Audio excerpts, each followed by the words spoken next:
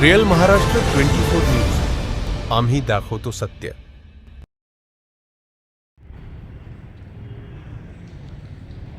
नांदेडमध्ये गेल्या 27 नोव्हेंबरमध्ये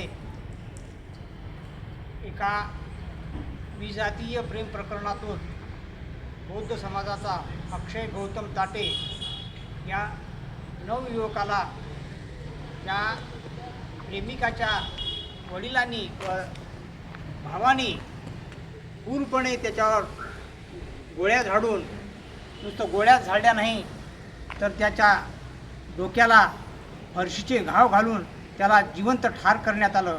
अशा त्या क्रूर मारेकऱ्यांना फाशीची शिक्षा झाली पाहिजे म्हणून आम्ही वाशिमकरांच्या वतीने जिल्हाधिकारी साहेब यांच्याकडे निवेदन देऊन महाराष्ट्र शासनाकडे अशी मागणी केली की त्या मारेकऱ्यांना एक फाशी झाली पाहिजे. शिवाय त्या कुटुंबातील सर्वांना आणि त्या प्रेमिकाला देखील पोलीस संरक्षण मिळालं पाहिजे. त्या कुटुंबातील एका व्यक्तीला सरकारी नोकरी मिळाली पाहिजे, घर मिळालं पाहिजे. शिवाय 50 लाख रुपये त्यांना अनुदान देण्यात आलं पाहिजे अशी आम्ही वाशिमकरातर्फे कलेक्टर साहेबांना निवेदन देऊन मागणी केली आहे. आणि त्या घटनेचा या ठिकाणी आम्ही तीव्र निषेध करतो. निषेध निषेध निषेध.